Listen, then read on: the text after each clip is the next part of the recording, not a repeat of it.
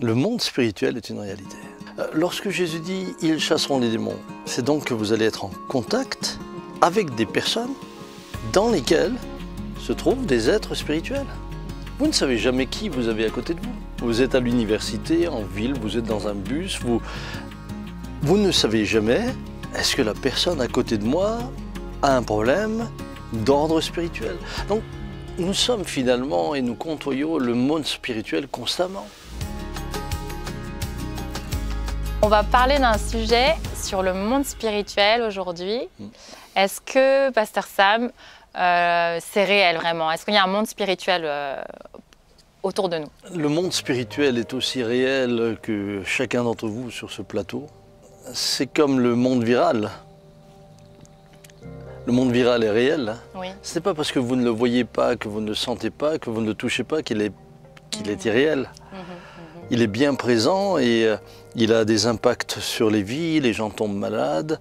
Parfois, ça peut être dramatique. On peut, suite à un virus, perdre la vie. Nous avons, il y a 3 ans de cela, connu une épidémie ici qui a été terrible avec le Covid. Et cela nous a impacté. À l'origine, il y avait un virus que personne ne connaissait, finalement, dont on ne savait au début pas quelle est l'origine. Mais en attendant, il a fait son travail, il a fait des dégâts, et puis il a progressé pendant tout un temps jusqu'à ce qu'on prenne des dispositions pour s'en protéger. Le monde spirituel est aussi réel que le monde viral que vous ne voyez pas. Oui. D'ailleurs, c'est intéressant puisque quand Jésus envoie les siens, il dit « Allez par tout le monde, prêchez la bonne nouvelle à toute la création ». Celui qui croit, qui sera baptisé, sera sauvé. Et il dit, voici les signes qui accompagneront ceux qui auront cru. Et vous savez qu'étymologiquement, le terme signe, c'est le même mot que pour signature.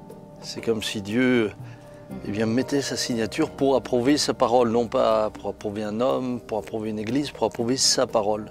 Dans le cadre de l'annonce de l'évangile, c'est quand même remarquable de se dire, chronologiquement, le premier signe ou le premier miracle, suivant les traductions que vous avez dans votre Bible, c'est « ils chasseront les démons ». Et immédiatement, Jésus introduit ceux qui l'écoutent dans un monde spirituel auquel ils seront confrontés. Et il leur dit « vous irez et vous aurez de l'autorité pour combattre ce monde spirituel ». C'est donc que ce monde spirituel est bien réel. Il est bien présent et parfois il se manifeste. Nous avions un week-end recevant des jeunes, c'est pas aujourd'hui qu'on a commencé. Hein. Ça ne s'appelait pas encore The Rencontre et à l'époque c'était encore moi et mon épouse qui étions en charge d'accueillir les jeunes gens qui arrivaient, leur donner leur chambre, etc. Et nous avions à cette époque-là deux enfants. C'était Sarah et Jonathan. Et au bout d'un moment, mon épouse me dit « les enfants sont fatigués, je vais dans la chambre, on va déjà se coucher ». Donc moi j'ai terminé l'accueil des jeunes et puis je les ai rejoints dans la chambre. Tout le monde dormait. Dominique dormait, les enfants dormaient. Moi j'étais pleinement réveillé. Je me suis allongé sur le lit et soudain une oppression. J'avais le sentiment qu'on m'avait mis un 38 tonnes sur la poitrine. Wow. Parce que le monde spirituel, lorsqu'il se manifeste, ce n'est pas seulement... Quand on parle du monde spirituel, on a le sentiment de parler de quelque chose d'abstrait. Mais ce monde spirituel étant réel, eh bien, va se traduire par des conséquences tout à fait réelles et pratiques pour ceux qui vivent une rencontre de ce type-là ou un combat de ce type-là. Et donc, je ne comprends pas trop ce qui m'arrive quand soudain la porte de ma chambre s'ouvre. Mais quand je vous dis qu'elle s'ouvre physiquement. Ce n'est pas une hallucination. Je suis là, j'ai la tête bien sur les épaules. Je suis d'origine alsacienne, donc on n'est pas trop des planeurs. On a les pieds sur le sol, la tête sur les épaules. Mais la porte s'ouvre et à ce moment-là entre un être qui était mi-humain, mi-animal. Wow. Je n'avais jamais été confronté à à cela. D'ailleurs, il y a quelque temps de cela, un de mes amis, pasteur en Autriche, me parle d'un esprit qui, en Autriche, est connu. Et il me montre le dessin et c'est absolument ce que moi j'avais vu. Wow. C'était vraiment surprenant. Et ce qui a été intéressant, c'est que au moment où cet être spirituel rentre dans la pièce et moi je vis cette oppression, j'ai ma petite fille qui dormait à point nommé. Vous savez que quand les enfants dorment, vous ne les réveillez pas aussi rapidement que cela. Mais à ce moment-là, elle s'assied droite, les yeux écarquillés, et elle se met à hurler. Wow. Et donc je commence à prier, je prends autorité. Cette puissance démoniaque sort de la pièce, claque la porte, et ma petite se couche et dort comme si de rien n'était. Trop fort. Le monde spirituel est une réalité. Et cette réalité-là, chacun d'entre nous peut y être confronté à n'importe quel moment. Lorsque Jésus dit « ils chasseront les démons », c'est donc que vous allez être en contact avec des personnes dans lesquelles se trouvent des êtres spirituels. Vous ne savez jamais qui vous avez à côté de vous. Non. Vous êtes à l'université, en ville, vous êtes dans un bus, vous ne savez jamais, est-ce que la personne à côté de moi a un problème d'ordre spirituel. Donc, nous sommes finalement, et nous côtoyons le monde spirituel constamment, de différentes manières. Alors là, bien sûr, je parle du monde des ténèbres, mais gloire à Dieu, il y a aussi le monde spirituel tel que nous pouvons le connaître au travers de la présence du Saint-Esprit. Et ça, c'est une bonne nouvelle, le Saint-Esprit habite en nous, nous sommes les temples. Il est la présence de Dieu, la puissance de Dieu en chacun de tous ceux qui l'ont reçu. Ce qui finalement est extraordinaire, sans vous parler maintenant du monde angélique, puisque là aussi la Bible nous rappelle que les anges sont à notre disposition. Non pas que c'est nous qui puissions les appeler, mais c'est Dieu qui les envoie. Et je dirais que par rapport au monde spirituel, la grande question est la suivante, c'est comment êtes-vous connu du monde spirituel? Mais oui. Regardez, lorsque l'ange Gabriel descend vers Marie, vous voyez que c'est par hasard qu'il est descendu vers elle? Vous voyez qu'ils ont joué à piquer, collégramme, bourré, Amstramgram dans le ciel? Non, elle était connue. Marie était parfaitement connue. Sa vie était connue. La manière de vivre sa foi était connue. La Bible nous dit et nous précise qu'elle était vierge. Une précision qui est importante dans le cadre du miracle qui a lieu. Mais c'est aussi une précision importante quant à la vie morale qu'elle avait. Puisque ce n'est pas parce qu'elle était en Israël que toutes les filles étaient vierges. Hein. Si vous lisez la Bible, il y a des prostituées. Enfin, l'humain étant ce qu'il est, le péché étant ce qu'il est, dans toutes les générations, il y a toujours eu les mêmes difficultés. Mais si Marie était vierge, c'est parce qu'elle avait réellement cet amour et cette crainte de Dieu. Donc, sans qu'elle s'en rende compte, sans qu'elle le mesure, le ciel l'observait. Et soudain, Dieu parle, envoie l'ange Gabriel. Et là, il y a une révélation de sa destinée. La même chose avec Abraham. Comment ça se fait qu'au moment où il lève le couteau, soudain un ange est là, retient la main, mais parce que le monde spirituel est connecté au monde naturel. Dans le monde spirituel, on assistait à ce qui se passait. D'ailleurs, l'ange qui l'arrête dit « Je sais maintenant que tu crains Dieu ». C'est extraordinaire de vous dire que tout ce que je peux dire, tout ce que je peux être, tout ce que je peux faire, 24 heures sur 24, est sous le regard du monde spirituel. C'est un peu ça le problème de bien des chrétiens. C'est qu'on a le sentiment que Dieu ne viendrait que de temps en temps, tiens, voir Benjamin, il ouvre une porte et il regarde, bah, ça va, il est quand même pas mal, et puis il referme et il passe à autre chose. Mais non, non, les regards du monde spirituel sont constamment sur nous. Mais plus vous en avez conscience, mais plus vous changez d'attitude, plus vous changez de comportement. Parce que si c'est vrai que le monde céleste a le regard sur vous, le monde des ténèbres aussi. La question que je pose et que je vous pose, c'est que dit le monde spirituel de vous? Et s'il se pouvait, bien sûr, on sait que Satan ne peut plus se présenter devant le trône de Dieu depuis que Christ l'a vaincu à la croix, c'est terminé. Il ne peut plus, comme du temps de Job, venir se présenter devant le trône de Dieu. Mais nous pouvons rester dans la même question. As-tu remarqué mon serviteur Job, dit Dieu? J'ai envie de nous poser la question, il y a tous vous les amis téléspectateurs, êtes-vous des êtres remarquables, remarqués au ciel? Ne pensez pas que Job soit une exception? Parce que là également, on a réduit cela aux quelques personnages que nous connaissons, Abraham, Job, Jacob, dont l'échelle vient avec les anges qui montent et qui descendent, etc. Mais c'est vrai pour chaque croyant. Vous êtes en contact, en communion, que vous soyez conscient ou non. Est-ce que vous pensez que pendant que Dieu pose la question à Satan au sujet de Job, vous pensez que Job était conscient?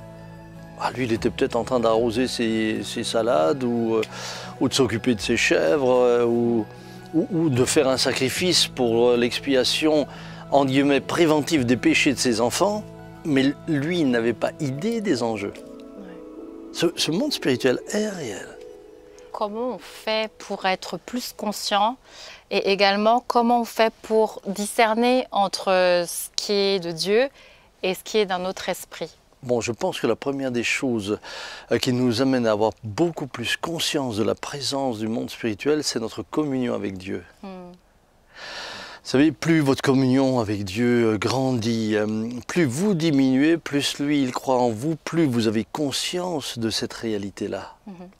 Et puis, Dieu permet aussi que vous ayez ensuite des expériences très concrètes vous permettant d'avoir conscience de ce monde réel. Alors évidemment, il y a tout ce qui fait aussi partie de l'imagination naturelle.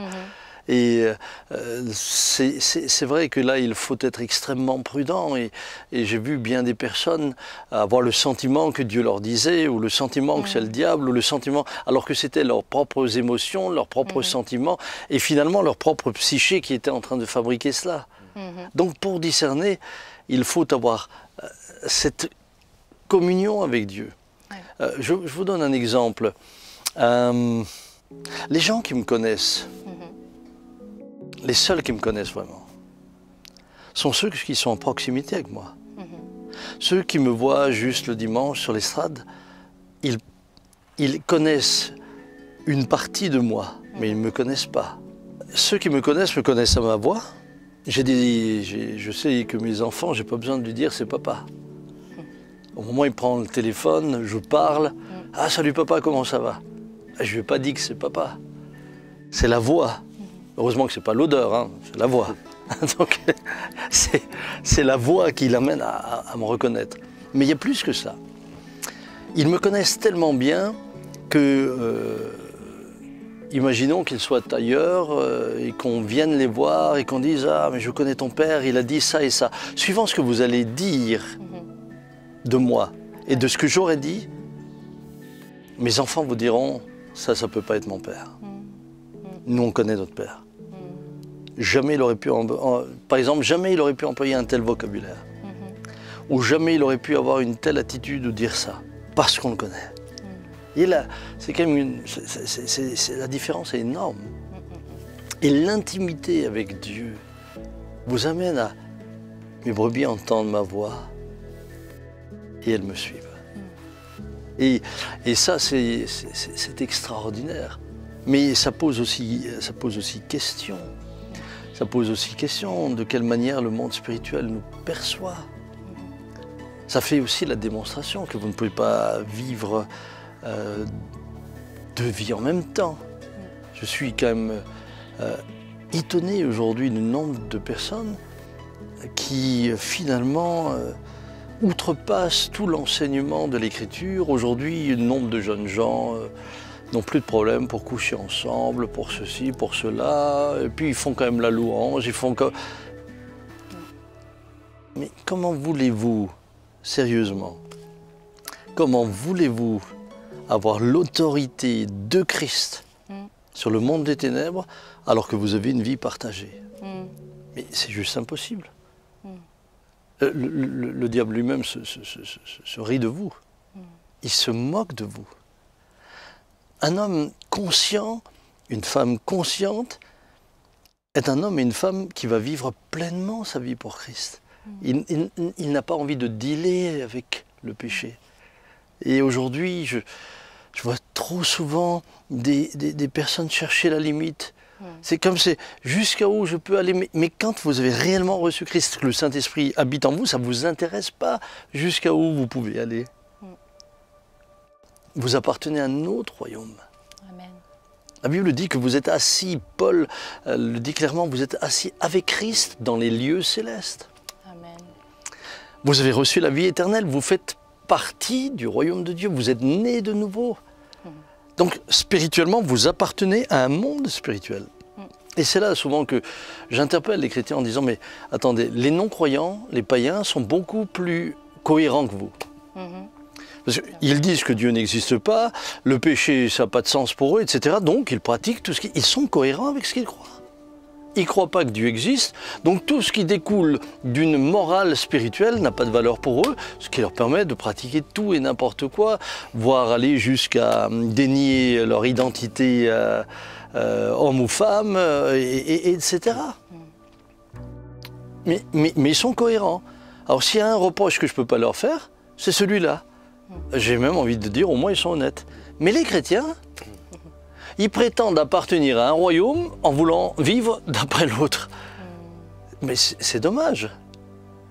Soyez ou bouillant ou froid. Mais pourquoi est-ce que vous voulez appartenir au royaume de Dieu? Vous vous rendez compte?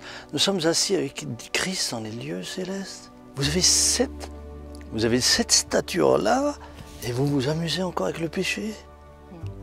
Inconscient que, au travers de ça, vous donnez au monde spirituel des ténèbres des droits sur votre vie. Ça aura un impact sur vous. Si je suis citoyen du royaume de Dieu, alors j'écoute ce que Jésus dit, ils sont dans le monde mais plus du monde. Je suis dans le monde mais je suis citoyen du ciel. Moi je sais que j'ai déjà la vie éternelle. La vie éternelle, je l'ai reçue quand je suis né de nouveau. Moi, je vais pas avoir la vie éternelle quand je meurs. Non. La vie éternelle, elle est déjà là. Amen. Elle est déjà là.